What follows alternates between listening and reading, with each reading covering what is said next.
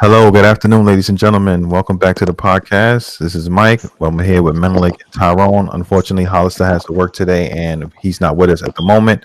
But moving forward, we're going to probably move the podcast a little bit later in the afternoon.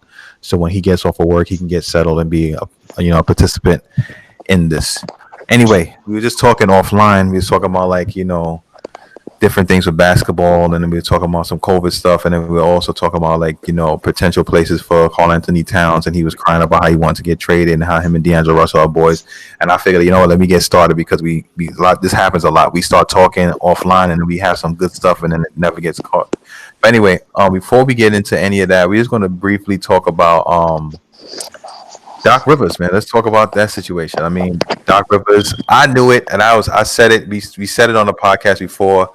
I like Doc Rivers obviously because he helped my boy KG get a ring, um, well along with Paul Pierce and those other guys. But he got let go. They came to a mutual agreement with the Clippers, and 3 days later, my man got a job with Philly, and I'm really happy for him because I'm not trying to hate on the fact. Yes, I get it. His record sometimes shows that a lot of times he blow a couple of leads, but he got a coach, but the players got to do their part too. You know what I'm saying? And I felt that he always had a lot of bad luck when he was with the Clippers, injuries or they'll get bumped a couple of times in the rounds, and a lot of the players they don't really know how to close. And then this situation with this year, this was one I felt that they should have run it back. They was kind of figuring out chemistry. The whole COVID thing happened. They had to deal with freaking load management with Kawhi. Paul George was injured. Then Pat Bev was injured. Then when your boy Harold grandmother passed, he was gone for 30 something days for him to come back to the bubble to really get really acclimated back to that basketball, skill, get back to that level of play. It was a lot of determining factors. Lou Williams getting extra crispy wings at the strip club. You know what I'm saying? And worrying about patenting the name so he can get paid off it because he thought it was a joke. They were looking past their opponents, and also the chemistry wasn't there. So I felt that it was kind of messed up that they did Doc like that. And I think, obviously they went to Kawhi and I'm about it. And Kawhi probably was like, I could care less who's the coach. I don't care. And, Paul George probably figured, yeah, man, I don't want to look at him anymore because I cheat on his daughter and stuff like that. So anyway, long story short, I'm happy for Doc. So what do you guys take on that whole Doc situation? All right. Well, for me, I was definitely somewhat surprised. Like I know we spoke about it before, and I know it was in many people's minds championship or bust for those Clippers. But I definitely thought they would give him a chance to run it back because this was a very unusual season, like Mike was just talking about. Between COVID, the injuries, load management, they didn't have really a time to kind of build that chemistry and to really, solidify that group being together. And, he had the history with the organization, et cetera, et cetera. But, I mean, it was a big letdown in a certain sense. Yeah. But I guess, the owner, Steve Ballmer, he just probably figured, yeah, I think with these group of guys, I'm trying to go in another direction.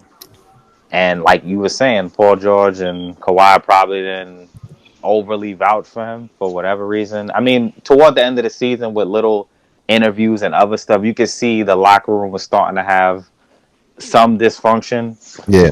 with the chemistry issues and stuff like that.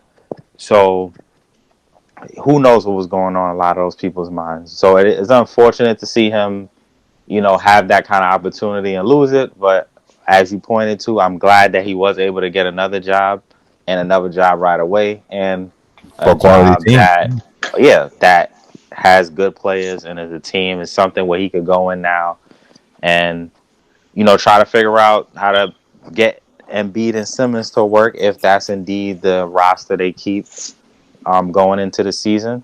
I mean, I know they were saying D'Antoni was almost a favorite before I guess the Doc Rivers stuff happened. So I mean, we'll see. I know the We're kind of Rockets and a stupid, couple but we'll other get into that. teams still got some spots to fill. But yeah, man, once again, like you were speaking to too, I know Doc has had a little bit of times where he has, lost leads in certain series or he's had injuries affect, like even with that Celtics run, you Yeah. know.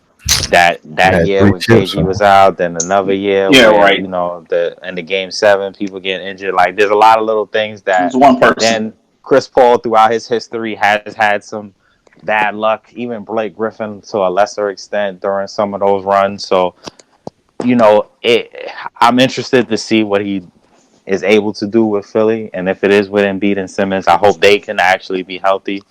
So it's not another one of those situations. But yeah, that's my take on it. I'm happy for him. Yeah, Hopefully it works out for both sides, and we'll see how it goes. yeah, got 5 years. Tom, Yeah, definitely. First, I want to say they wouldn't have won three titles, but whatever. they would have. And But go ahead. no, yeah, right. Yeah, sure. Yeah, right. Yeah, Um, of course, everybody was surprised when it happened because we thought that he was going to keep his job. Because usually, when a disappointing season happens, like how the Clippers blew a 3-1 lead, you expect the coach to be fired maybe the next day or two. yeah, They waited darn near 3 weeks to do it. So it kind of caught everybody off guard. From what I heard from what I heard, it seemed like Kawhi and Paul George were on board with keeping him. But they were saying Ballmer was just furious at how everything happened. They said he was furious even during the Dallas series. yeah. So I heard that same thing. it seemed to me like they wanted him back, but Ballmer was just like, you know what, this is disgusting, and they struggled against the Mavericks, who didn't even have KP for the last couple of games, and they couldn't stop Luka, and then of course with the Nuggets series, and one thing you have to remember too, he inherited Doc Rivers. He was never that was not a coach that Yeah, was hired by Yeah, Steve Ballmer, and remember when he first came on, Doc Rivers was the head coach and GM. yeah. No, he changed it He to Lawrence he Frank. he removed him from the GM spot a couple years ago, and he just made him coach. That kind of is like doom. That kind of is like a warning too, in one sense. If you take away a higher position, and then eventually he became just the head coach, and yeah, they had bad luck with the Clippers. Blake Griffin was always hurt. Chris Paul was always hurt. So, those things happen. He did blow a couple 3-1 leads with those teams. So that contributed. Ballmer, he's a guy that likes to win. They sacrificed a lot to get Kawhi and Paul George because even though people look at, oh well, they traded all these draft picks to get Paul George. In all honesty, it was to get Paul George and Kawhi because Kawhi wasn't going to come until yeah, they got without Paul Paul. George. Yeah, So you're basic, and that's kind of from what I heard last year. They said that's what they had to convince Balmer of. Like, I don't want to give up all these picks for one player. They was like, no, you're getting Paul mm-hmm. George and Kawhi Leonard. Well, you're just So getting Kawhi at this point because the way Paul George was playing, man, is like the regular listen, season. man, It was like listen, it was crazy, bro. listen. They got a new nickname for him, but Pandemic so P, bro. Pandemic P. But Shaq had another one too, and Shaq and the Fool. I can't even remember the name of it, I but think they I said I forgot what he I said. forgot the name of it too, but it was hilarious. But yeah, as soon as he got fired, like everybody says, oh, a couple days later he got hired. Listen, when I heard the news that he got fired, I thought of two teams, Philly and Houston. I said Houston would probably. I thought Houston would run after him too, but I said Philly would be a better fit because Yeah, coaching James Harden would be a headache. In all honesty, I'm sorry. I don't think he wanted that headache with James Harden. yeah. So I said Philly will be a good pick. And people think it was a couple days later. They literally said on the news 1 hour after he was fired, Philly was in contact with him. So Hmm. you knew he was getting the job. Yeah, They're not gonna call you an hour after you get fired if they're not gonna hire you. So it was just a matter of when they announcing it. I and think it's a I think it's yeah, a good I think it's a good fit. I think Philly has one of the most talented teams in the league. yeah. They was discussing how Tobias Harris had his career year with Doc in with the Clippers. I think if you could just you just got to get Ben Simmons in the gym to work on his offense. That if you could get if Ben Simmons can have an offensive game, that team could be the best team in the East. Well, you see, They have the well, talent. wait, hold on. Before you Yeah, yeah. continue, first of all, they're not gonna be the best team in the East because we got the Brooklyn. Let's get that straight. All right, that's one. Number two, right? Number two is that I think Ben Simmons' offense is fine, bro. Like I honestly think that. I mean, he don't got a jump shot, but he does a lot of other intangibles that a lot of people don't do it. But I don't want to get into that too We're much. not But talking. We're not I talking want you about to his. finish your speech. I don't want No, to no, no, take no, you off. no, no, no. I'm fine because Okay. we're discussing Philly right now, so that's all good. Yeah. You say that, but Mm-hmm. we're talking about his offensive game. We know his playmaking. We talking No, about his. He has nothing. he has. Look, He look, has look. He he has has jump nothing. hooks. He got post game. What jump hook have you seen? What post game? I have not seen it yet. I've been watching him. He be yamming on kids. Look, look, look. I don't know what you're I watching, think, but I think, this dude will yeah, get. They will back up on a mid range shot. I've seen players back up and he yeah. just walk around with the ball, dribble, and look to pass it to somebody. He does not shoot nothing. He does when he He comes shoots downhill. He comes downhill. nothing. He's like almost like a Giannis, but without the shot making, like Listen, shooting.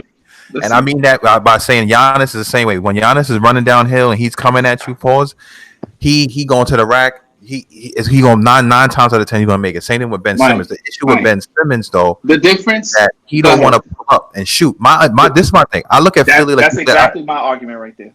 Philly, I That's a think, but it's not because he can't make the shots. I just think that no. he He is can't. more No, so. he can't make them. No, son, He I can't. watched him in Stop. the pickups Stop. and he be wet on joints, bro. You're gonna talk about pickup I games. know I'm being funny, but hear me out. I look at it from this perspective, right? If you look at basketball, the way it's played, right, and the way Doc Rivers is going to coach this team, it's hard for both of him. The reason why people say, "Oh, Joel Embiid and Ben Simmons can't work," because they both big men. They both like to be down on a low post. Like Ben Simmons can go on a low block and take his mismatch all day and get busy. The issue is that he can't really do that because even Joel Embiid is there and yada yada yada, and they couldn't figure out how to deal with that. I feel with Listen, Doc, this team has length. The team has decent defenders, and they have some good young talent if everybody stay healthy. I don't get disrespect to Brett Brown, but Brett Brown was just a guy who was like he's like a starter coach, and I hate to say that because he was given the chance that Kenny Atkinson didn't get to do, which was the coach. They both champions, so it's a little bit different than Joel Embiid and Ben Simmons, but coach two superstars to see if he can handle that challenge, and different. unfortunately he The didn't. difference. The Go difference ahead. between the difference between Brent Brown. Mm, Excuse me. Difference between Brown and Kenny Atkinson was Brent Brown was on the team before Embiid and Simmons got there. yeah. So they became stars with him as the coach. Whereas Kenny Atkinson, he was on the team first, yes, but those stars weren't there yet. Yeah. So, and they're high level superstars. So that they're watching, and one of them didn't even play. So it was kind of like a tryout Yeah. for Kenny. You know how that thing went. They fired him in midseason. They didn't even wait till next year. They fired him midseason, so they probably went to that office. But Probably told KD and them probably was like, "Listen, man, if you want us to be championship contenders, this ain't gonna be the coach, man."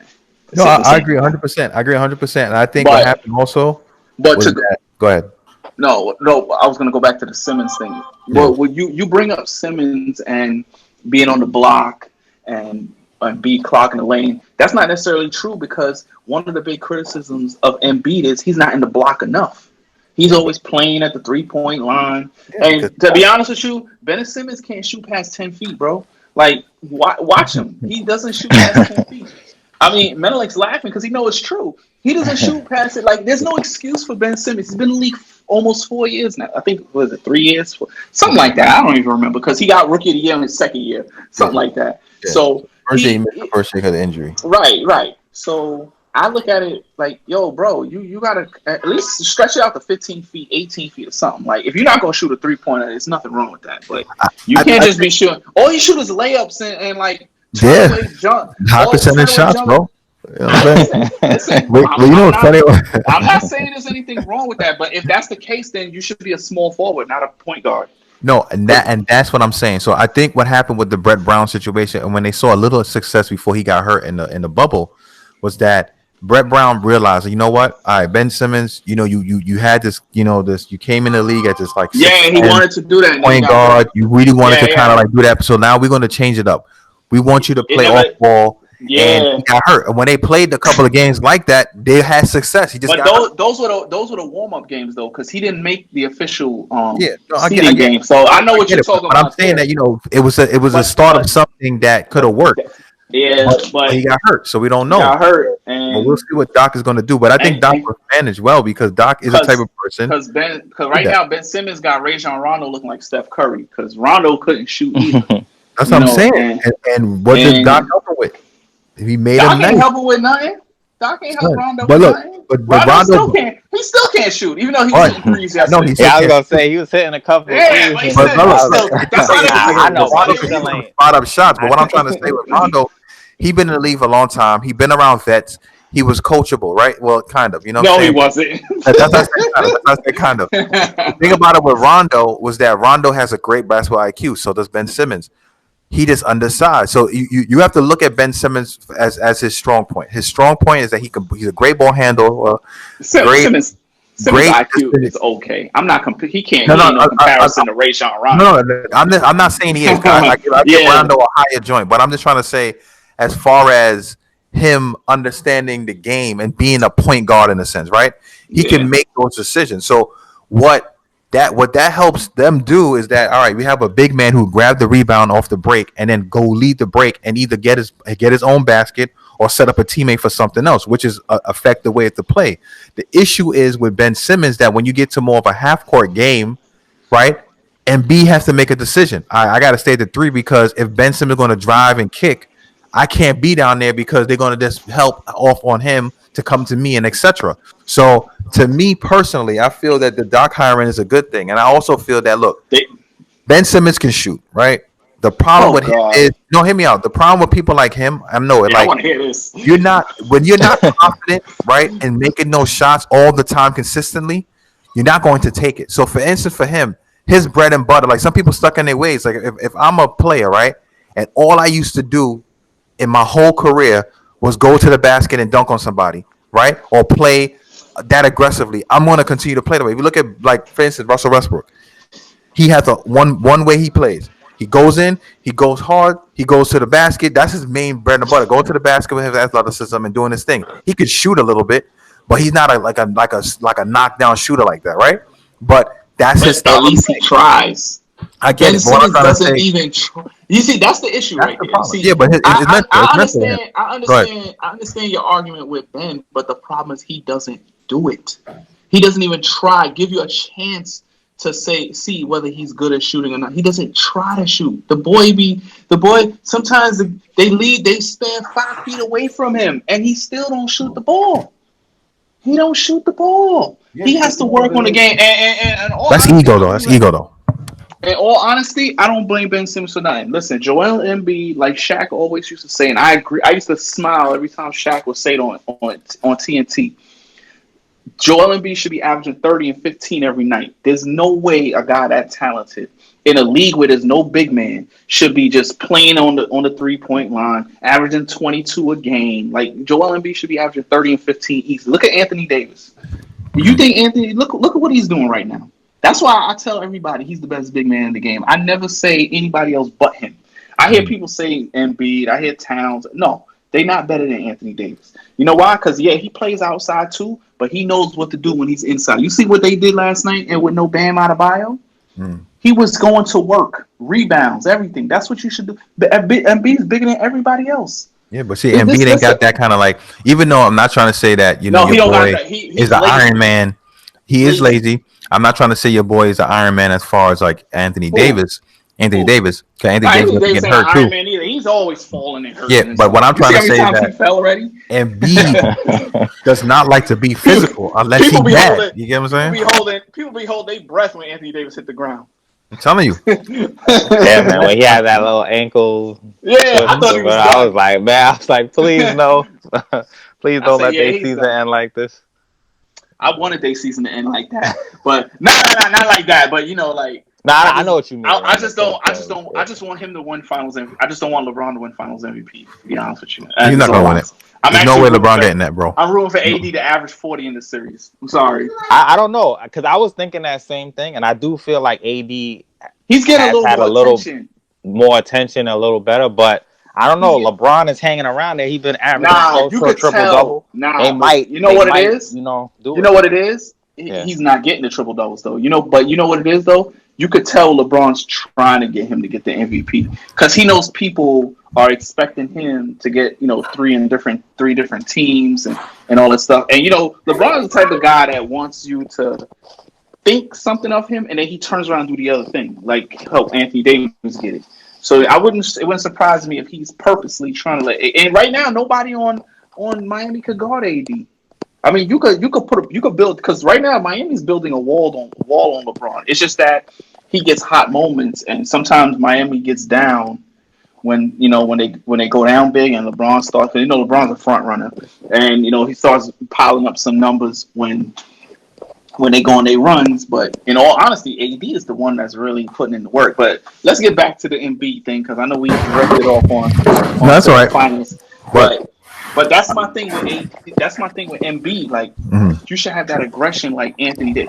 Joel Embiid should be putting up Shaq numbers right now in this generation where there's no big. Yeah, but he's not built like Shaq. He's not built like Shaq physically, and he's not built by Shaq mentally. That's a problem. You know what Shaq asked Kenny a couple weeks ago, which I totally disagree with.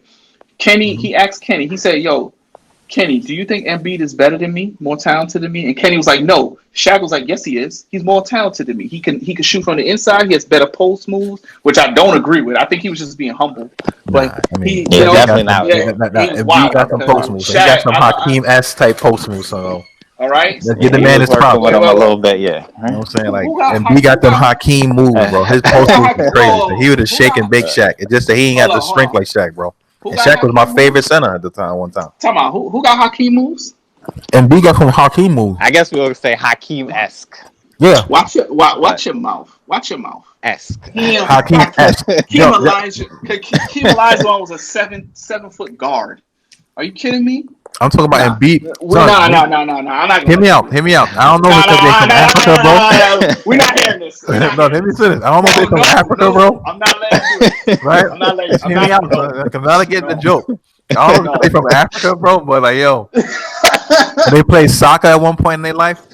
Yo, Embiid is not. No, hear me out. Because the footwork. Embiid is not on Hakeem level, so I'm not even gonna say he's a Hakeem. They don't put him. But when I say Hakeem-esque, he has some counters like Hakeem. Like some of them, it's like one or two counters I've seen him do. Yeah, he got a little sign. So when I'm saying a little Shaq, slow though. It looks slow. A little slow because Hakeem is fast, obviously. Yeah. But when you look at Shaq, right? Shaq was dominant because of his strength and his power. Like, he didn't care. Like, he would run through you. You know what I'm saying? Shaq told himself that freaking your boy David Robinson didn't sign an autograph, so he could be able to dominate David Robinson. That's the type of man he is. I was trying to say with manner. That's that Michael Jordan stuff. That's what I'm trying to say. But that's what I'm talking about. How some of the great players, they utilize certain things to get them over the edge. The thing with Embiid, it is laziness, and it is the fact that he is discontent. Like, I had this conversation with Aubrey yesterday when I come back from the gym. I was like, a lot of these guys, man, they get caught up in the stats. So like, they just want their certain stats, and they want to look like they nice, and they drop at 40, but they don't know they don't want to do the extra stuff to win, right? Yep. So like Embiid and them, there's no way the Philadelphia 76ers, they were one shot away from possibly being NBA champions last year if all the injuries to Golden State. Hold up. If all the injuries to Golden State happened, because after Toronto beat them, did Toronto play Giannis in them, or they play Giannis before them? No, Giannis was the Eastern Finals. All right, so then they might have lost to them, but they still beat them. But remember, right? The shot Kawhi hit. Yeah. If he missed, the game would have still went to overtime. It wasn't like a game-winning or game-losing shot. No, I get that. But I'm looking at it from the perspective that Embiid and them giving them the opportunity. And of course, Jimmy Butler was on that team. Was on the team. They might have done it because they matched up real well with Milwaukee. I think Milwaukee used to give them more trouble than Toronto, but Toronto ended up getting past them because you see they went up 2-0 on Toronto, but they came back and won 4 straight. But I think Philly always matched up well with Milwaukee. I think they even did too this year. So yeah, that's why. Yeah, you're right about that part. And then at the time they had Jimmy Butler. So and JJ Redick. It's possible. It's possible. And I think that was a big loss for them last year. Yeah. They need to get some shooters, man, too. Yeah, they don't have no shooters. To have. I think Elton Brand ain't finished doing what they're gonna do with them yet. I think They solidify the coach. Embiid is engaged. He's happy. Obviously, Tobias Harris is gonna be happy because he liked what Doc and them was doing. I just feel that I'm happy for Doc. I know Ty Lue's not gonna be on his his staff, and Ty most Lue's likely going to be the coach of the Clippers, man. exactly. It's etched in stone. That's going to be In my split opinion. down the middle. So my thing is that depending who Doc brings on as an assistant coaches, because obviously, Cassell. but Sackers might want to stay with freaking your Yeah, boy. yeah. You know, don't know because he LA, might like it in LA. LA is a little more pretty than Philly. Exactly. So, but look, he had Mike Woodson on his team one time. Doc, he had a couple other guys, so that could be another source of bringing in. I feel that. Yeah, but I with think Doc, not Go to ahead. interrupt you, but I think Cassell came over from Boston too, right? yeah. So yeah, Cassell probably come over with him too. Yeah, I mean, 'cause look, Doc, those are Doc disciples. That Doc's tree. So like they gonna Yeah. work with Doc. So I Like Ty I Lue understand and it, all but that. Ty Lue, he got to get. I like Ty Lue. I think Ty Lue will come over too if he doesn't get the Clipper job. Nah, Ty Lue getting that job. Ty Lue's No, getting the head coaching I'm job saying if in he general. doesn't. No, I'm saying if he Even if doesn't. he doesn't get the Clippers job, he getting a head coaching job. Is this Yeah, is this New his? Orleans. Is this his? Yeah, because Will he New want to Orleans turn? is. I think New Orleans is still open in Houston. I Yeah. don't think he'll go to Houston. No, I think Jeff Van Gundy going to Houston, bro. Nah, He's talking about I Jeff don't Van think Gundy Van- either coaching Clippers. I think Van Gundy's done, man. I think Nah, Van man. Gundy likes I being think he behind would. it. I think he's waiting for the right what Mark opportunity, Jackson, bro. I know Mark Jackson was bigging him up, but I think Van Gundy, he's been out of the game too long. I think he's comfortable where he's at. You know what it is? Mark. We all know Mark's blackballed, so we ain't even gonna bring up Mark. Yeah, I mean, it's over. But for I him. think Van Gundy's kind of done. I look at it like this with the Van Gundy situation. It's like there's certain coaches that they're at a certain level that they don't just gotta take any job. You get what I'm saying? Like Yeah. Van Gundy, he could look at a situation like I'm not gonna go to a young team that's rebuilding. I'm not dealing with that stress coaching these young knuckleheads. I could go to a team that's a competitor, right? You think So Jeff I'm Van pretty Gundy's sure. gonna coach Russell Westbrook? No, I'm not talking about that. No, I'm not talking about that. I'm talking about they were saying Houston. I wouldn't go back to a team that let me go to come back to coach for them. Like that's my pride. I wouldn't do it. But as far as the Clippers job, I know He they resigned. said, he resigned with Houston. He didn't. I know, he but didn't get but a lot of time when they say resigning and different things like that, because you had those time of conversation that they say we want to go in a different direction. Well, remember, it's new ownership now. I know. Tillman Fertitta is the guy there now. It's we'll not see. the same. Not the same We'll ownership. And he lives in Houston, so Yeah, that's what I'm saying. A lot of people saying that, but it could work. my thing is this, right? With that, if it ain't Houston, right? I know they said Ty Lue because they like his style. They like the fact he can relate to the players, a younger guy, yada yada yada. I'm happy for Ty Lue if he get the job. No disrespect to him. He one of KG's best friends. I know where you're going with this. Oh, he can do what he got to do, right? My thing is this, right? If they don't hire him, because the rumors is like if they don't hire Ty Lue, they was looking at Jeff Van Gundy.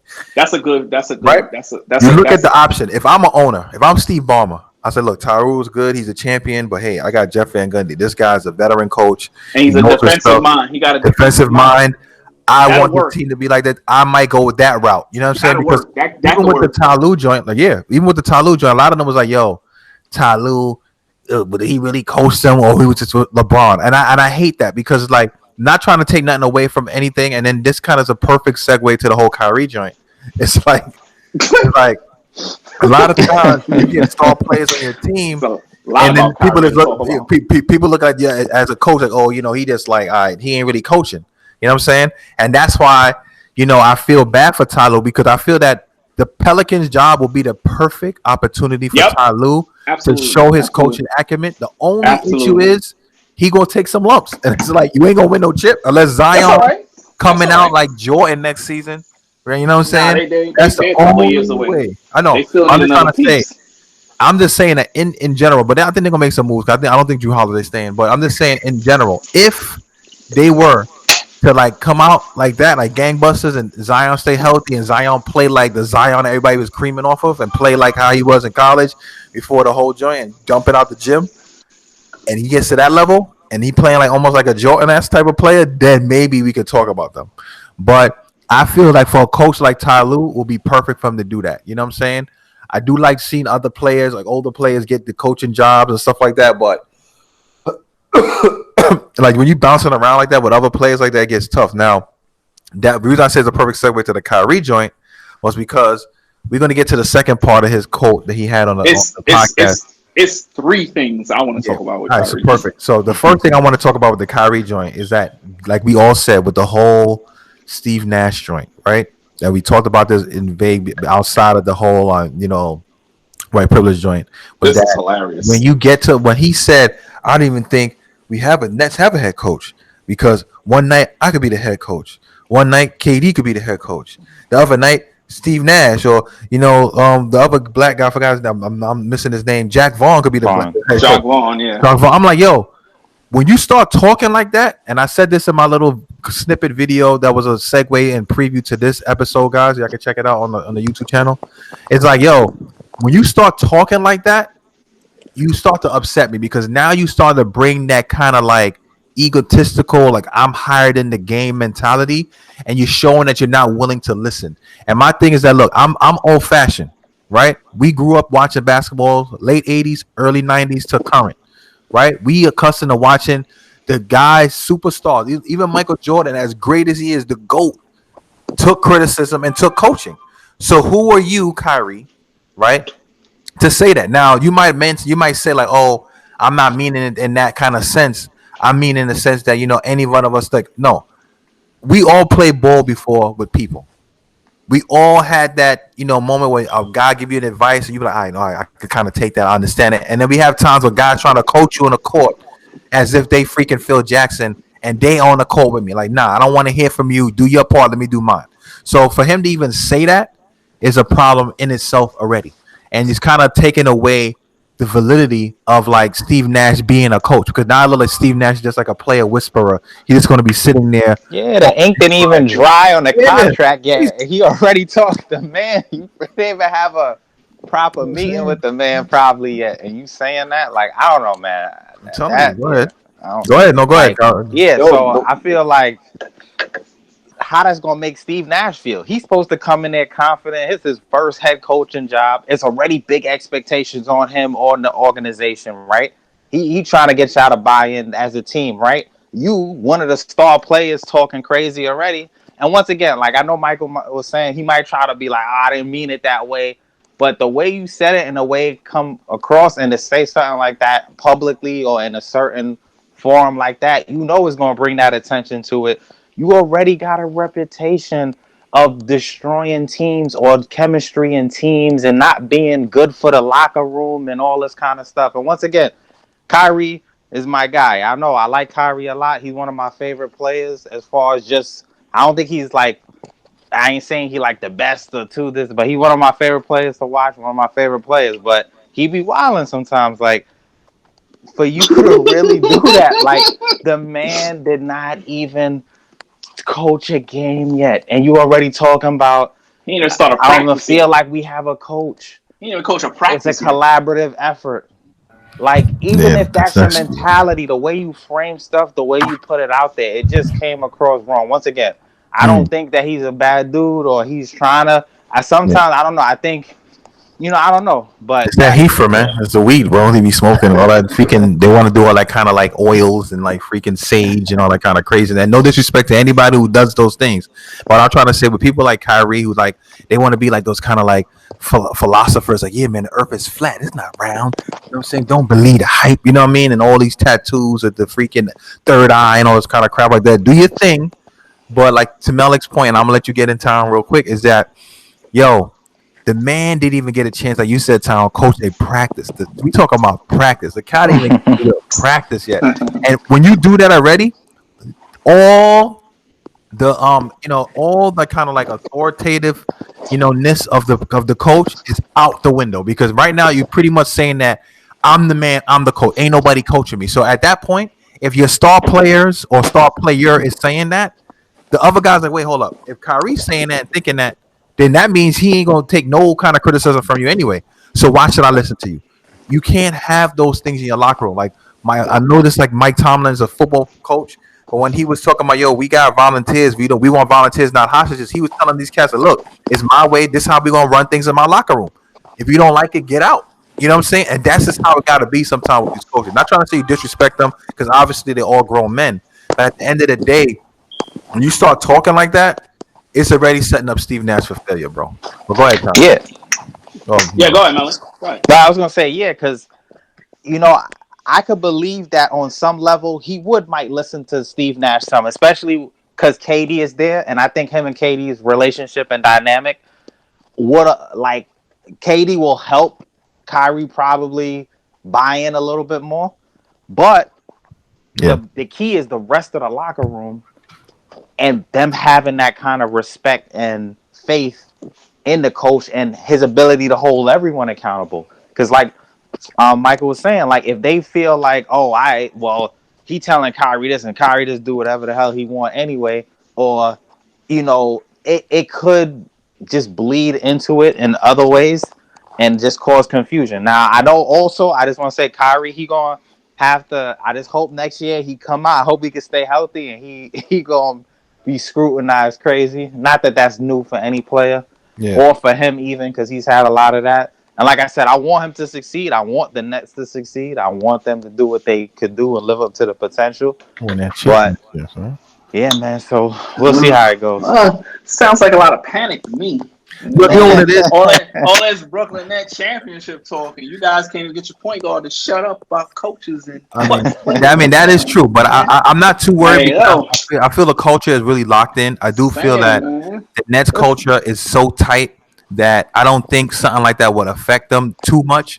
But it is a problem because, like, what I'm saying is that you have Kyrie, who is obviously one of the star players, right? I obviously KD is better than him to me than whatever, right? But in Kyrie mind, he might feel like, yo, me and KD on the same playing field. So my thing is that he will listen to KD, and I always had this syndrome. I used to say that all the time, right? When you play with certain dudes, some cats they only gonna view certain people like, all right, this cat is nice, so I'm gonna listen to what this cat has to say. The other guys, they ain't that nice, so I'm not gonna pay attention. So a lot of times when you go into things with that kind of mentality, it's kind of hard because a lot of these coaches, as great as they are, like Doc Rivers was a great player. He wasn't no superstar player, but he was a good, solid player in his career, right? And he used to kill back in Atlanta, and he was nice on the Knicks and stuff like that. He just met up against Mike, and he couldn't get over that hurdle, right? But at the end of the day, he was a role player. And some people might look at you, man, Doc, what you do, bro? You know what I'm saying? You ain't do nothing. You can't guard me back then. It's like I don't like that. I mean, like you got to give people their due. And I feel that with the Kyrie situation, there's too much of Kyrie being a distraction in a sense. And I hated to say that. And obviously got to pick your poison because we want the talent, we want the skill set, but at the same time, you need an alpha on that team that's going to out alpha the alpha. And that's why I think the reason why him and LeBron worked was because when LeBron got there, LeBron's like, yo, there's a new sheriff in town or back in town. You know what I'm saying? He did some walking tall type joint like, yo, I'm back now, fall in line, and I'm going to take you to where we got to go. Now, granted, Kyrie hit that clutch shot to win them the 2016 championship amongst other things that transpired in that series. So I know he's feeling himself. But at the end of the day, it was off LeBron's back. I got to give credit when the credit's due that they even got to that game 7. You get what I'm saying? So at the end of the day, Kyrie got to chill out, man. It's like, look, man, just play basketball. I'm not trying to say you can't, do your other things and speak on certain things and stick up for certain things. Yeah, do your thing. But you too much of like this prima donna type of joint. Like when the whole bubble thing was going to happen, you sat down with the committee, you say you wanted to do it, then you came out and said, I want to have my coalition do something different. It's like he wants to be like Kobe, but even Kobe, within all his kind of like weirdness, Kobe, God rest his peace, God rest his soul, he still had a level of like tact with it, like a level of intellect, and a level of like strategy and strategic maneuverability that he did and utilized to get to where he was at. Kobe didn't just do things just to do them. He was very like analytical like that, almost like a Michael Jordan on that level, right? And Kyrie just out there just doing stuff willy nilly and thinking that I'm just showing that I'm just so above all these different things. So I don't know. I mean, I don't know what you think about Chunk. I know you got 3 things, man. No. It was just pretty much about. Listen, the man. He speaks. He moves to the beat of his own drum. Yeah. What else can you say? I wouldn't have said it, especially if the man ain't coach a game yet. He's supposed to be your boy. Y'all help get him hired. Don't. I mean, sometimes you forget that the record button is on when you talk. Sometimes, and things like that come out your mouth, and now it's being brought up like that. But I want to get to the other thing with what he said earlier this week. But yeah, I think Kyrie should shut up because what he did in Boston, not good look. What happened the first season with the Nets, because there was rumors going around with him in Brooklyn. Yeah. With him like being. Well, yeah, even last year. Yeah. So I mean, you shouldn't talk, man. You I shouldn't mean, talk. But when he's on that court, he gets busy. Because he and Yeah, averaged that's 27 a game last year. nah, People yeah, forget that. that's unquestionable. Like when he was playing last year, he averaged 27 a game. That's not a little bit of points. he was averaging a So decent amount of assists too. My only yeah. problem with Kyrie is that you got to galvanize the troops, right? Now, when you come off as being smarter than the average bear and smarter than everybody in the room, a lot of time that rub people the wrong way. Now, granted, the Nets have a ton of great like role players and guys who know their role, who play above sometimes their expectations, like Jared Allen and Karis LeVert. Whoever thought about Karis LeVert and he dropping 50 in games and stuff like that. And you got Spencer Dinwiddie, yeah, you know what I'm saying, and stuff like that, right? All these guys have something to prove and they play well. The problem is that when you have someone like a Kyrie Irving who's overly critical, like I've seen games before he got hurt where they might make a little slip up here. He can like, come on, man, we gotta go here, we gotta do this. Come on, you know what I'm saying? It's like, look, I get it. There's moments you have to do that. Hold people accountable. Let them know, like, yo, we gotta make this move, right? That's fine. But then there's other moments where what I mean, you gotta kind of like, all right, man, don't worry about it. Keep their confidence up, keep them like ready to go, and like, yo, this guy is with me, and we're gonna fight this together. And I don't think he has learned that ability yet. Kevin Durant, the reason why I think they get along fine because Kevin Durant is more like a person, very to himself. He'll speak when he needs to speak. He'll say certain things, but a lot of times he's just out there hooping. So he's gonna play hard, and through that, he gonna get the other guys to do the same thing. That's why him and Russell kind of worked when he was in OKC because Russell's the outspoken guy, want to get mad at little kid fans saying oh booing him, and rather talk to the kid on the sidelines where KD was like, all right, you want to talk about it and you don't want to shut your mouth. I'm gonna drop 40 on your team. You get what I'm saying? So I feel that the dynamic is gonna work well this year because KD is going to be playing, right? And as long as KD stay healthy and Kyrie stay healthy, I think we're going to be okay. The problem is that you're going to always have that elephant in the room. What is Kyrie going to say next? What is Kyrie going to do next? And I feel that it's going to be more about Kyrie, and he could be totally innocent because I was defending him a lot this year with all my Nick fans who were hating on the fact that they didn't come to New York. They're like, oh yeah, he's known for being a team destroyer. He does this, he does that, blah blah blah blah. You know what I mean? I said, yeah, crying about him, but y'all wanted him. You know what I'm saying? But it is some truth to that because he went to Boston. They played well when he was there, but when he wasn't there, they played even better at some points. You know what I'm saying? The camaraderie, the chemistry felt a little bit more genuine as opposed to when he was there. They might have liked Kyrie. He might be a funny dude to be around and hang out, but on the court, he might have been a prima donna. So some people might not want to deal with that. So to me, with him being that way, to Towns' point, you just gotta just chill, bro. You gotta pick and choose what to say, how to say it, and don't try to always put it on the media like the media flipping stuff because you said what you said. Just like when you said what you said, oh, me being on this team right now, I always had to feel when I was on my other teams that I always had to be the guy to take the last shot because I couldn't trust nobody else. But on this team now with KD, I feel that he could do the same thing too. So that means you taking a shot at LeBron. So you can't say you wasn't trying to say nothing against LeBron, thinking that they trying to put us because against each other. like, No, bro. Like who I else was would he be playing with talking you. about? You only play Like, with yeah. LeBron. And, you know what As I mean? far That's as any, yeah, like come on, real bro. when he was really in those situations where games mattered, he Yeah, only I mean, he had the little stint in Boston, but there was young players he was around. He was clearly the yeah, guy on that team. Hayward was the only other kind of seasoned guy in a yeah, certain sense that would be in that kind of potential yeah. position. But after And his we know, ankle injury, yeah, he was exactly. And that finished. was all Kyrie. So LeBron is the only guy that you play with where you was in a position where games really mattered, and it was a question of who might take the shot. And look, look, on the court, Kyrie is that guy. He's clutch. Yeah, His handles, his shot, his playmaking ability.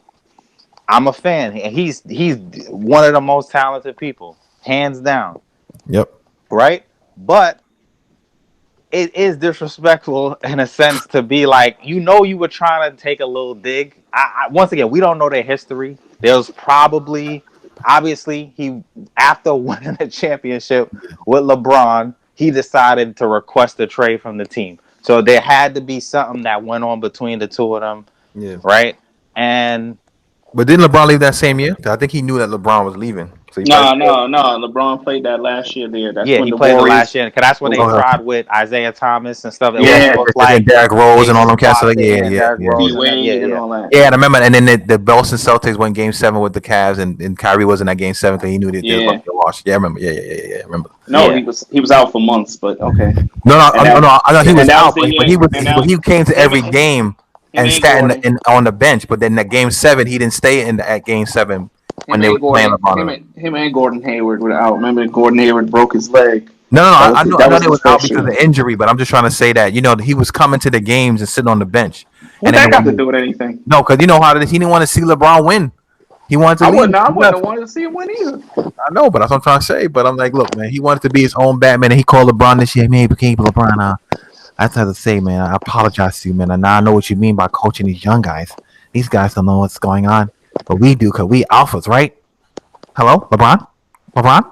You know what I'm saying? And that's what he did. I mean, like, look, and I don't like to make fun of the cat, but Melly, you go ahead. What you were saying? I'm sorry. Yeah, and I was gonna say because, like I said, and I was gonna get to that too. Where I feel like what could have happened between them was LeBron was trying to quote unquote, in a sense, Mhm. coach Kyrie Exactly. to get Mm-hmm. him to get to a place where you could to like. That's one thing people could say LeBron is arguably not clutch or this, that, and the third, right? And I think as far as if I had a game winning shot, I would want Kyrie to probably take the shot over Guys, LeBron. But Yeah. that would notwithstanding, as far as being a team leader, LeBron has shown he's played with all kinds of people on different teams. He's taken so many teams to the finals. Like even some of those Cavs teams that he led, they weren't. They would not have. Like you put anybody else, almost anybody else on that team, they wasn't getting to the finals, right? Or some of the other teams he played with. He's a good Leader. team leader, Mm-hmm. and I think he was probably trying to, in that sense, coach Kyrie in that sense to be like, all right, man, I've been through this thing. Here's what you could do, and Kyrie being like, nah, I don't need you to coach me. It's a collaborative effort. We I'm both the Kyrie Irving. top We guys both on nice, here. but you never Yeah, on the like court. But yeah, when I am, I do my thing. I drop 50. I can cross you up. You know what I'm saying? Like I can break your ankles. It's like Malik's point. Like and Malik hit the nail right on the head, bro. It's like, look, Kyrie was mad at LeBron because LeBron was that dude. He was established. He was really a champion. He has all the accolades. They put him in the quote unquote GOAT talk all the time. And when you was on the Cavs by yourself before LeBron came back, y'all was getting smoked out there. You was doing your little dancing and doing your thing, but y'all was getting washed. LeBron comes now. He makes his trades as a general manager as well as a player as well as a coach. And you know what I mean? He got David Black up out of there. He got all the pieces he need. And y'all go to the champions, the finals like 3 straight years, right? And y'all won two. Y'all won one. My thing is this, right? Kyrie was mad at the fact that here's LeBron, the guy who's been in the league longer than I am, who's pretty much like the chosen one, as they called them at the time, telling me what to do, and I don't like it. Now you in turn are doing that to other players and still haven't grown and matured in a level of leadership. So people think leading is just being the one who's outspoken and like just saying different things and like, just I'm gonna do that. No, leadership has many different forms, many different styles, many different shapes and everything. And I don't think Kyrie understands that yet. And until he gets that understanding, you know what I mean? He's just gonna be talking and people gonna look at him like, all right, and they're not gonna really like pay. Some people want to galvanize to it. Some people like, yo, this can't get on my nerves. I don't want to be here no more. And they're not gonna play to their full potential. I'm just hoping that Steve Nash can do what he got to do because he has a tough one ahead of him. If Kyrie decides he want to be the head coach every day, and if KD don't really trust him, like, yo, Kyrie, man, you gotta fall back a little bit. Which I think KD would do that because KD not soft in that sense, so he won't say anything. He's also very like critical and like kind of like not. I don't want to say sensitive, but overly like analytical when people say certain things to him that he gonna have to say something. So hopefully that'll mesh. But to your point, Malik, man, Kyrie, man, yeah, man, especially on that Brooklyn team where they're already talking about look how much talent they have.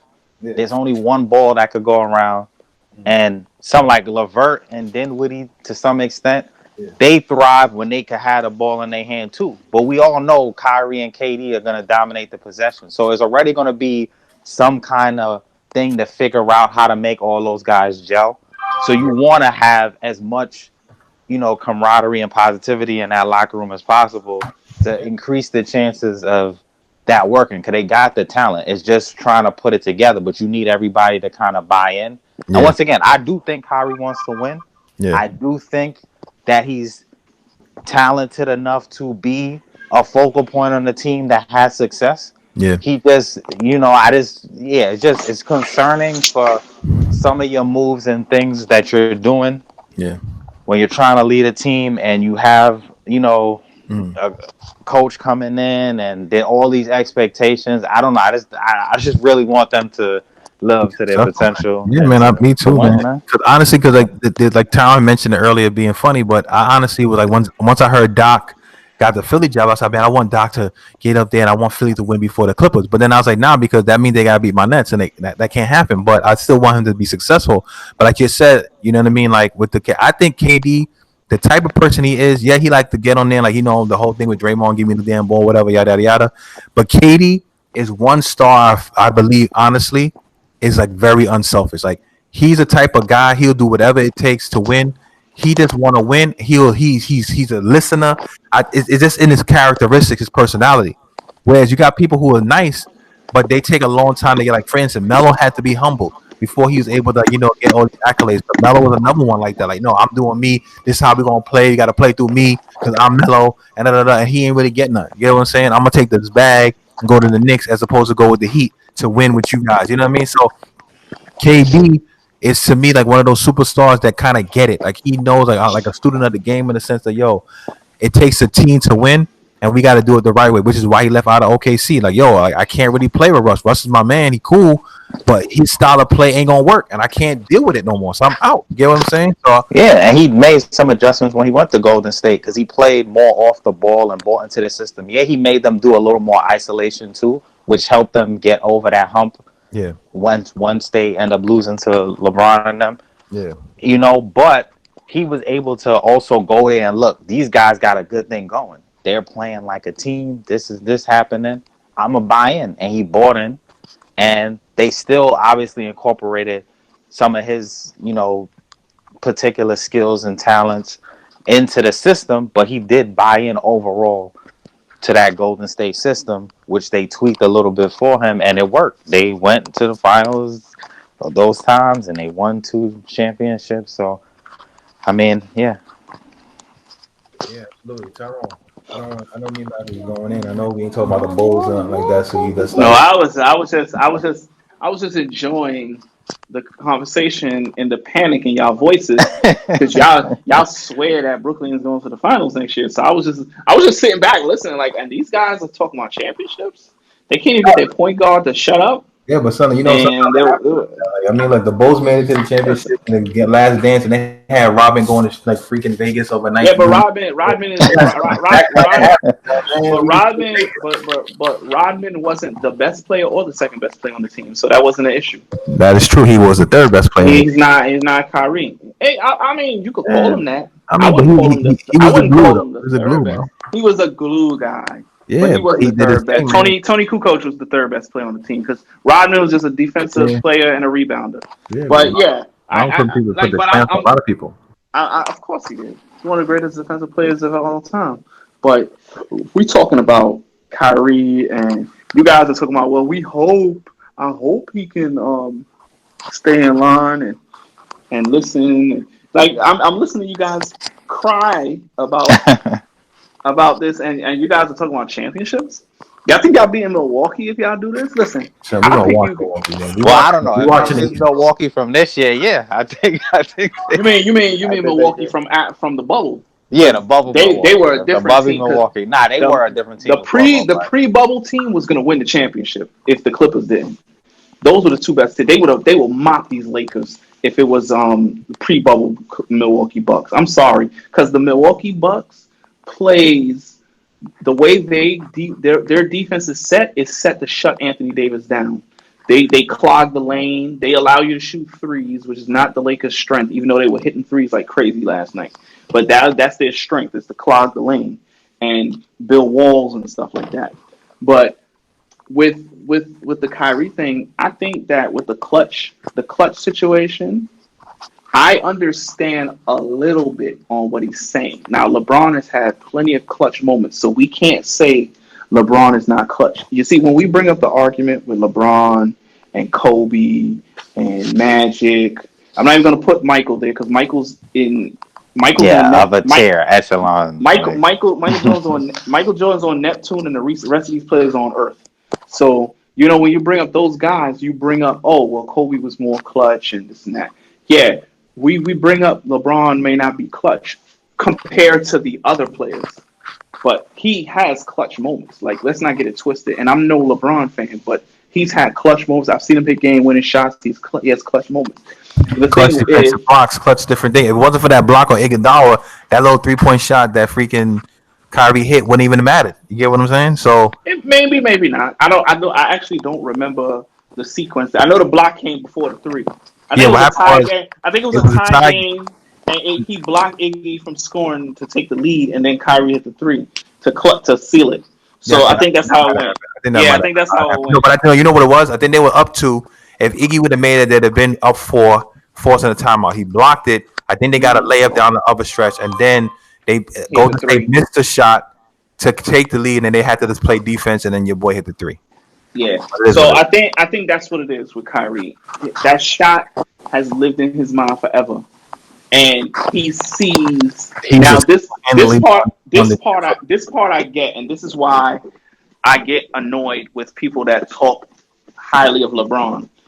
Mhm. Is all of that happened? Nobody talks about his shot. They talk about LeBron's block, and I think he's annoyed by that. Not saying that LeBron doesn't earn the That's a talk. good point. That's a good point.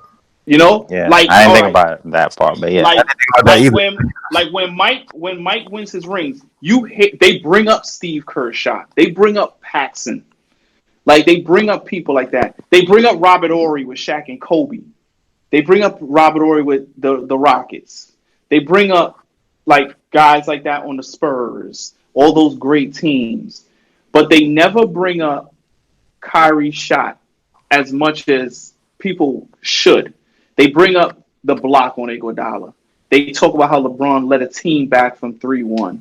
Not saying that he's on LeBron's level, but when you hear that the others would made clutch shots on Mhm. championship teams, and then here you have a guy that is a star, and his shot is not even remembered. Like, that shot is not even a highlight. Some people probably can't even tell you who was guarding him when he hit the shot. That's Steph how Curry. much is now talked about. No. I know. We No, know. I know. I know. I'm being funny. I'm Right, being right. funny. I'm being I funny. know. I understand, but So you you made a never. crazy point, son. I didn't even think nothing. Like, honestly, Right, when you put it that perspective, I didn't even think of it like that. Like, right. that makes a lot of sense, bro. It's like you bring that up. Not saying that you should care, but some people do. Like, that's all you hear is LeBron brought a team back from 3-1. LeBron with the block on Iguodala. LeBron brought a championship back to Cleveland, the first championship in 50 something years. LeBron brought one back for his hometown. All you see is the highlights of LeBron hugging the trophy. LeBron's the Finals MVP. So a lot of that, LeBron crying. right? And Cleveland, this is for you, right? That's all you see. You don't see that shot. You don't see it at all. It's almost like the block was the game winner.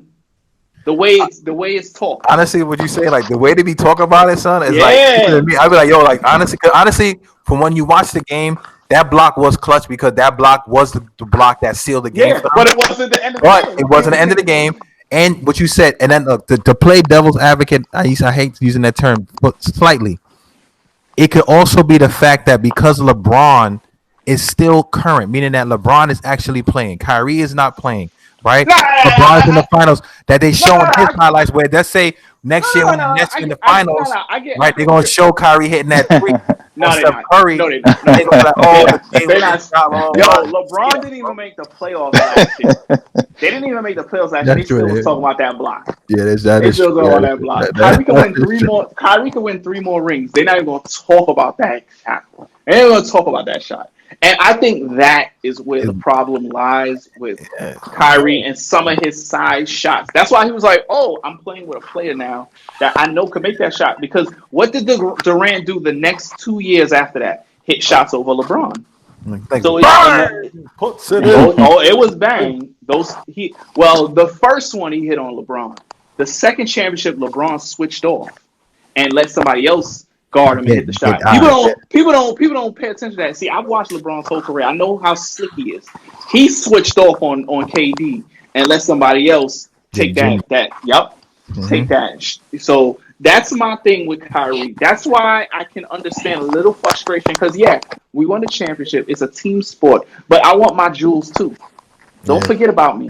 No, I respect that. Like people look at it and call it being hating because when it comes to LeBron, when you're dealing with bronze sexuals, because that's what that's the nickname they give. That's the nickname they give LeBron fans. Bronze sexuals. Exactly. Yeah. When you deal with bronze sexuals, they like to when you criticize. Like I deal with people that try to get at Jordan, and all I do is argue back and I make points. With LeBron fans, the first word that comes out their mouth is "you're a hater." So when you hear Kyrie say this, the first thing that's going to come out their mouth is "you're a hater." Oh, that he's hating on LeBron. But you got to really think about what he's feeling and think about it. You hit the biggest shot in Cleveland history. He hit the biggest shot in Cleveland history, and a defensive play is overlooked. Is a defensive play is looked over than that shot. That happened before the shot. I would rather Kyrie come out and say, you know what, guys, F that. You know what? I hate that shot. You know what I'm saying? I'm tired of this block playing. Yeah. Hold my shot. The game was still, we still had my 3 flowers. minutes. We still had 3 minutes. Flowers, man. You know what I'm saying? Like, I'm one of the, and I do agree. Yeah, and I think that's what I understand being frustrated. Or once again, if you play in the sport, every guy wants to be the GOAT in their head, whether it's obtainable or not. Yeah. The main real competitors, they want to try to be the GOAT or the best ever or looked at in that echelon, that tier, a Hall of Fame or one of the best to ever do it or the best to ever do it, right? And so I could understand Kyrie maybe feeling like, all right, I don't want to, be in somebody's shadow or my accomplishments discredited on a certain level. I could get that. For me, it was a little more the concern of doing it kind of in a public way or in a way where, it's harder to do that, but like letting your game or your accomplishments in the game speak for you or do a lot of the heavy lifting. Yeah. And then, if you get this reputation that you a team destroyer and you don't win, like if you was winning, if you were winning a lot, you could be a team destroyer and nobody gonna care. LeBron in a certain sense. Yeah. So that's why I want him to focus on in that sense too. Once again, he do whatever he want to do, but I would say I think it would be he'll probably get closer to where he could want to be or where that might be stemming from, using a more mixed approach. Sometimes you gotta claim your stuff and your spot. Yeah. Guys, as well, I get that. I just read something that's hilarious, but I just let's just finish up on this. It's just hilarious in basketball. You just wonder where some of these NBA players think they have the privilege and they've earned these rights. But and that's the crazy thing that you mentioned it, because like even when we look at Kyrie, right? Like to Malik's point, it's like, look, let your skill and your game play. Like when Michael Jordan came into the league, I know for 100% certainty, Michael Jordan, he knew he was the best player in the planet, right? But Larry Bird knew that too. Yeah, Larry Bird said he says he's God and shoot in basketball shoes. You know what I'm saying? So my thing is that, look, he just let the greats and he let his peers give him that accolades, right? LeBron, he was doing it at first, but because he got filled with his head, like, oh, he's the chosen one, all that stuff like that, he has to let you know, like, yo, did y'all know that I make it to 10 finals, yo? Did you see? Who did listen. Finals? Yo, did you know that, yo, man, be playing in this bubble and being away from my family, how hard it is, yo, to do this, yo? Come on. You know what I'm saying? Like, they on that tip with it, whereas Jordan and them just play it. And I kind of agree with Scottie Pippen. Look, man, this ain't the same. It's like It's a pickup game, man. We said that before. Yeah, I said it's a glorified summer league. Yeah, that's what we said. But I'm saying that to hear Pippen them say, because look, you can say, oh, it's tough because you're not at home and you're tough, but to be away, that anxiety of traveling to an opposing team's locker room, not having that certain comfort, playing through adversity, that's something that really takes a hold of it. But Go ahead, because I was gonna get back to that Kyrie thing, but go ahead. No, real talk though. That they some of these guys are used to it by now, man. Like not everybody was mentally destroyed by it. Just playoff P. No. I get that, but what I'm trying to He the say, only one. He the only one that admitted it. no, I get it. But see, what I'm trying to say is this, right? To segue on that is like, look, they are saying that because a lot of people look at it like, wait, hold up, you in a facility with your team, right? You don't got to worry about traveling. So that means you can sleep in late. You don't have to worry about getting up early, packing bags, leaving your family, going to the Or opposing team's or arena. You playing at the or same court all or a the time, city or a city right? you don't like. A city you don't like, all the food is there. The weather's pretty much decent. Yeah, you might not be able to drive your cars or go dinner at a nice Yeah, restaurant you they want to do and they anyway, which is and like you COVID could be anyway. a, You can't do it. you could be able to have a good tan. Cause look at Ennis Cancer, man. Ennis Yeah, Cancer was tan, that's boy. what I'm trying to say, right? So you got all this stuff like that going on, right? And yet and still, you don't have to really worry about nothing. All your food is there. You know what I mean? Yeah, it might not be the most gourmet joint you eating, but everything is there. So hmm yes, the initial part of being away from your family, being in lockdown, getting this swab in your nose every 5 minutes, I get it. But other than that, once you got used to it after these months, it's not that difficult to do. So my thing is that, to Scottie Pippen's point, when you have to get up now, you won your 2 games at home, and then you got to go down to Utah when the racist fans booing you and saying different things to you because you asked Russell Westbrook about that. You know what I'm saying? You got to deal with that, or you got to go to some cold weather in Chicago because now, Hey, hey, hey, hey, no, hey. no, hear me out. No, no, I'm not trying to disrespect It's only Chicago, cold. It's only cold in the winter. but no, that's what I'm trying to say. I mean, like, it get brick, and you over there now. You LA, you playing in Chicago, and how cold it is. Like, those are the things that add to it. When you end up posing an arena and all you see is Bulls jerseys or you see Laker jerseys, like, it's different. So I get where Scottie Pippen was coming from, and I agree with him. But back to the Kyrie thing, I was saying all this to say is that I get the fact that he wants to be that guy, but the problem is, to Melik's point, if you continue to talk, you continue to see, you're not winning. You're not winning. Or when you're on the court, you could drop 50 and 60 points and your team is losing. Or when the team is playing better when you're not there, that is the narrative. Your words, everything starts to fall on deaf ears. It just happens like that in humanity, where you can be talking all the time, but if you ain't doing the stuff to back it up, it ain't helping. Like when Michael Jordan speaks, people listen. Why? Because when Michael Jordan was playing, he was doing everything on the court. So when he was getting on Scott Burrell and telling him, you got to do this, or Pippen, and speaking up and saying, Scottie Pippen was a kind of quiet guy, I had to speak for him and other stuff like that, they listened because Michael Jordan was going out there getting it done. When you out there talking about the earth is flat and all this other stuff like this and all this other extra stuff and how you had to do all these different things like that and how you got to be like the guy that coach these guys, and then you going out there missing assignments, getting done up on defense, you can't guard nobody, you ain't making your shots, you like 12 for 60, you can't come and talk to me after that. So that's what I'm trying to say. To Melik's point, just go out there and play. LeBron, even though he might be all this other stuff he be doing, that's what he does. And he knows how to keep the narrative. Oh, LeBron is passing the torch to AD. So he know, like, all right, yeah, I might not be killing, but I'm really established and I'm giving AD the torch. So now I still look good because I'm still looking like the guy who's like paving the way and taking this young pup with me on this ride that he never been on. You get what I'm saying? So even Yeah, he was able to if utilize him and them to exactly, come together and do exactly. what they need to do. Exactly. So even if AD wins Finals MVP, right? They were like, "Yo, LeBron James, his tutelage got AD his first chip and brought a chip to LA. They did it for Kobe. All that stuff they're gonna have. He already got the story already written. You know what I'm saying? And he don't got to do nothing much. And that's why a lot of times people don't like LeBron, is because everything has to be about LeBron. Because the NBA is not stupid.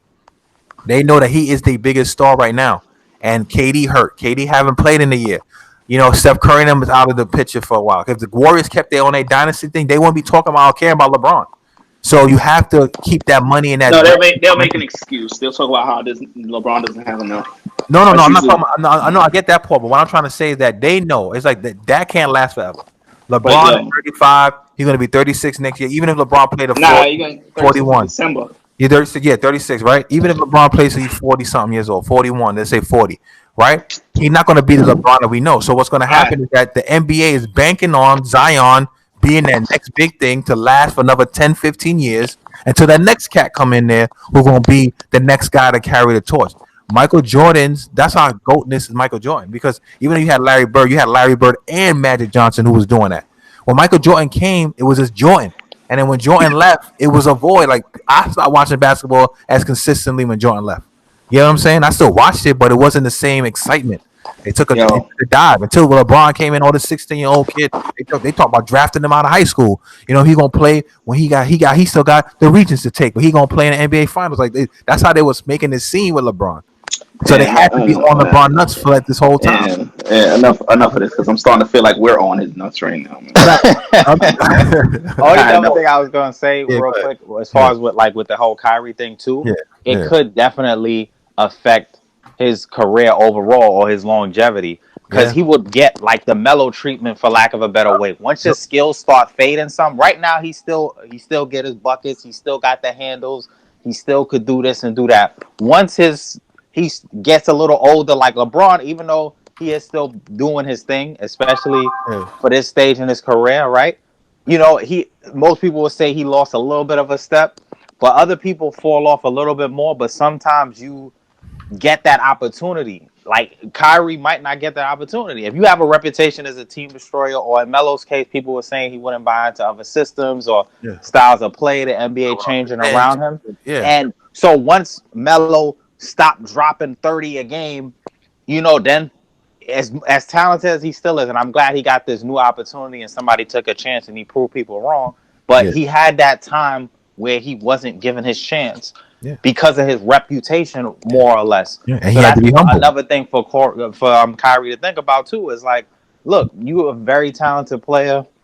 You passionate. You want to be one of the best.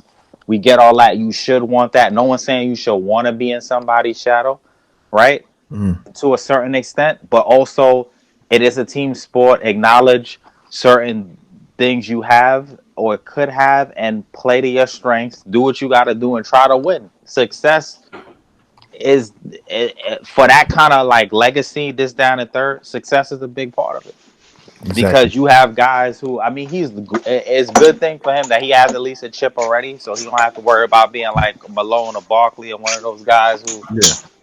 were some of the best ever at their positions. But people they still Hall of Famers, they still respect it, but it's still a little like because they never really got to win. So I Yeah. mean, we'll see how it goes. Once again, I think Brooklyn will be fine. I think they're gonna do their thing this year, Yeah. next year. I mean, it really depends on everything coming together. How if it ends how I would love it to in the championship, but they're gonna be good next year. But I just hope they could get it together and really try to maybe create a mini dynasty like run. Oh Jesus You know Christ! what I mean? Come on, Like they son. could be Stop the next talking. Golden State. You know You know what I'm what saying? I don't. I can see that in their future. Mini dynasty. Everybody gotta buy in. Man. I'm I just think everybody gotta buy in. I just hope that KD is super healthy. Like we was talking about this the other day. Like his skill set is not predicated on super athleticism. He don't really need to be yamming it on people and running and jumping and dunking. He a 7-footer with crazy ball handles, and he got that shot that's like 95% of the time money. So they don't call him easy money sniper for no reason. So at the end of the day, my thing is that I think they should be just fine. My issue, like you said, with the whole Kyrie thing, like you said, like Melo, he had to be humble. Like they kind of blackballed him a little bit, but he had to be humble. His own boy, LeBron James, couldn't get him on the team or didn't want him on the team with the Lakers. Cause he could have been on the Lakers right now. They got yep. Jalen Smith sitting there ain't doing nothing. Melo could have been on there contributing and getting a ring right now for the first time in his NBA career, at least going out like that. But he had to be humble. Melo was a guy when his skills was there. He was considered a coach killer. He was considered a guy was a ball hog, which he was kind of, and everything had to be around Melo. But like you said, once Steph Curry and them kind of coming in and hitting them threes, and people moving the ball around, and they getting back to like actual basketball and that fast paced thing, and that iso ball wasn't really working. He didn't want to change with the times because he had the ego. Like, yo, I'm Melo, I can do it. The one thing I give LeBron is that he knows how to read a room and he knows how to stay relevant. He's like, you know what? But he was always like a pass first kind of guy and get his teammates involved. But he knew like, yo, if I want to win, and he had his goal to be either like Mike or better than Mike. And you know what I'm saying? And that's what his goal. He ain't accomplished it, but that was his goal. So what he decided to do, I'm gonna do whatever it takes to take my craft seriously, so I can be mentioned and on that Mount Rushmore. and he is mentioned on that Mount Rushmore. You know what I'm saying? Because why? He did what he did. Look at Melo. Melo gonna make the Hall of Fame, but he ain't gonna have the accolades that LeBron had. He ain't You on know what my I'm saying? Mount Rushmore.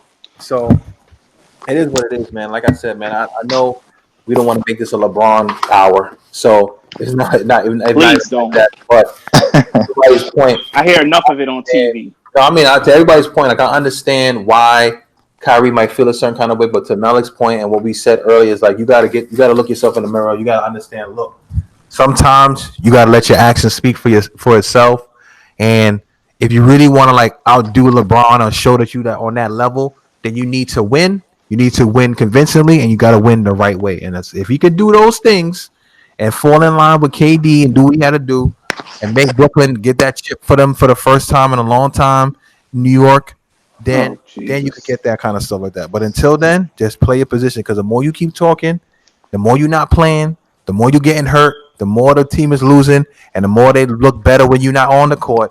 All you're going to do is make people feel like he's all talk, he's a talented guy, but he's not a winner. Period. So I don't know if you guys want to have anything else y'all want to talk about. I did mention we was going to talk about the football games getting canceled because of COVID thing, et cetera, et cetera. But we did spend a lot of time, which I really liked it. This one was a nice flowy one that we Yeah.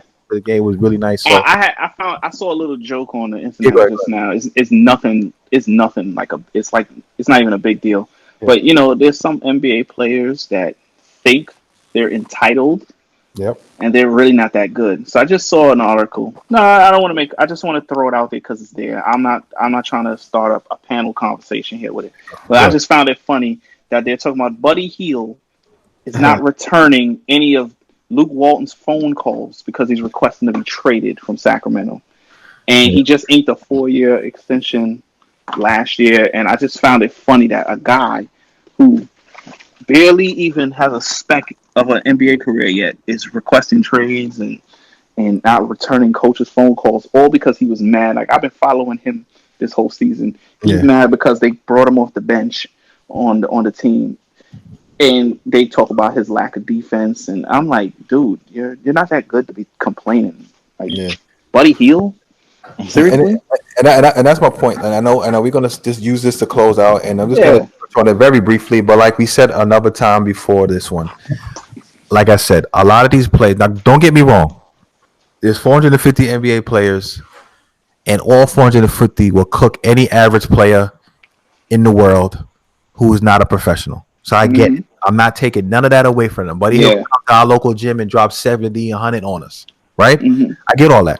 You're gonna drop it on me, but yeah, You know what I'm saying? I'm just saying in general, right? But I'm just trying to say, gonna knock him on his ass you know what once or I'm saying? twice. Like my thing is this, right? The Bruce Bowen style, Oh, right? yeah, I'm old school. My thing is this, right? When you start getting, now look, I get it sometimes. Some players, like for instance, with the Nets, that's why I give Kenny Atkinson a lot of, credit. Because they was like, oh, he running like a college team because he made guys earn it. Like he really did a 2K thing.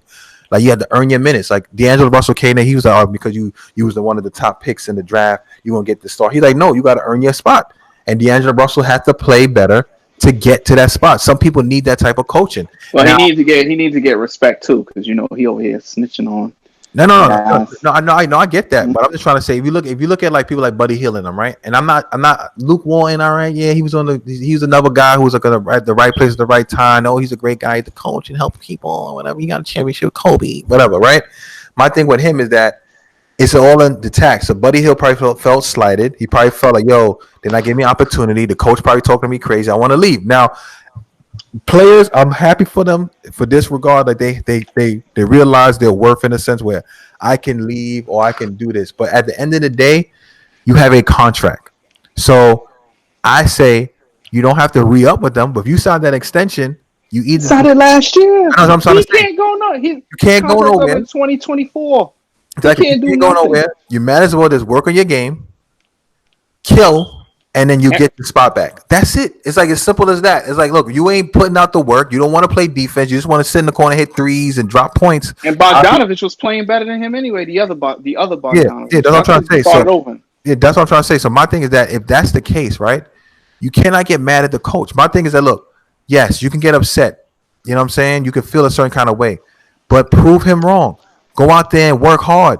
Get Yeah, your do spot something back. about it. Say, you know what? He said I don't play that good enough defense. I'm gonna try to average 2 steals a game. Like, these are the things that get you back in the right light.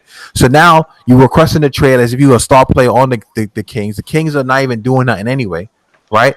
And then now you want to get mad. Like, you can't do that. And a lot of these young players, like I said, they're missing the point. Yes, this is your job. You're getting paid tons of money to do it. God bless you for it, and I'm happy for you. But this comes a certain level. That's why you look at them. It's only a handful of greats in the NBA because there's only a handful of guys who understand that I don't know everything. I need to be a student of the game. I want to be the best. I'm willing to put the money, the time, and the effort into this skill set of mine. LeBron, $1.5 million a year. He said his wife wouldn't like what he be doing, and he can't give people the formula, whatever that formula may be, whether it's Royce or some other type of formula, whatever that formula may be. He's not going to give that up because why he realized, look, I got to keep this body on this level so I can continue to sustain some semblance of skill, right? KD, I have to work on my jump shot. I started with Steve Nash and took Steve Nash. Kevin Durant's better than Steve Nash, but he's like, yo, Steve Nash know the game. He's a point guard, 2-time MVP. I'm gonna take some advice from him. He might see something that I cannot see. Let me utilize this. All right, he told me instead of me doing this, I have to do it this way. You know what I'm saying? Those are the people who understand what the game is about. Those are the people who are going to have their name in the Hall of Fame. Those are the people who are going to have their name next to championships because they understand that. People like Buddy Hield, What's that? you're going to be on the team and get a little contract. But other than that, what else? You know what I'm saying? So I do agree with you. I think it's funny, and that's the one thing I don't like about this younger generation because they getting like mad bread, like cats like Pippen and people like Barkley and them wasn't getting none of this kind of money. Michael Jordan in his whole NBA career, now mind you, Michael Jordan was the NBA, only made $90 million his whole NBA career. Dudes be getting that like freaking Tristan Thompson got that after the 2016 freaking championship for his 4-year contract. Michael Jordan had that his whole career. You get what I'm saying? So when these cats be talking about all this other stuff, it's because of the old heads that paved the way for them to get this bread, and they getting this money, and they like, oh, I made it now. I don't gotta do. I'm just gonna be nice. I want to be considered nice. I don't care about nothing else. Nah, you got to put that work in. So, Buddy Hill, more power to you. I hope the best for you. But if the coach says you need to play some more defense, we can play some more defense, and then you get your time, you get your accolades. That's it. You know what I'm saying? All these young players, y'all want all these accolades, and y'all ain't do nothing. Y'all ain't no champions. Y'all ain't getting no defensive player of the year. Y'all ain't on all NBA teams. Y'all ain't doing nothing. And y'all want all the accolades. Y'all want all the credit and all the shine. Like, y'all gotta grow up. I'm sorry. I just want to throw that out there. It was hilarious. I'm not even looking to respond to it. I just said exactly what I said before you turned it to you. I just found it funny. That's why I brought it up. That's funny, man. It's funny indeed. So, Malik, unless you got something and Tanya also got something else, we can wrap it. Yeah, it's all good here. Yeah, I'm good too. Cool. So, guys, I want to thank you guys for watching. Like I said, unfortunately, Hollis wasn't able to make this time with us. He's at work. Come next week, we're going to try to lower the load time. management. It's load management. Yeah, he's at load management. We're going to try to, get to a lower time slot so we can do this another time. But, it is what it is. Thank you guys again for watching, listening to the podcast. This was a good one. I really do like the flow on this one. We had a good one. Unfortunately, Hollis, like I said earlier, couldn't make it. He had to work. But, he's here in spirit. And next week, we're going to try to do it around the time when he's around so we can talk about it. Please, guys, like I said, I usually put these videos up on Facebook in the Facebook groups. But, hey, you can log in to YouTube. The YouTube name is Sports Talk with the Fam. You're going to see a picture of the 5 of us on there, and it'll be right in front of the Michael Jordan statue in Chicago. Click like, click subscribe.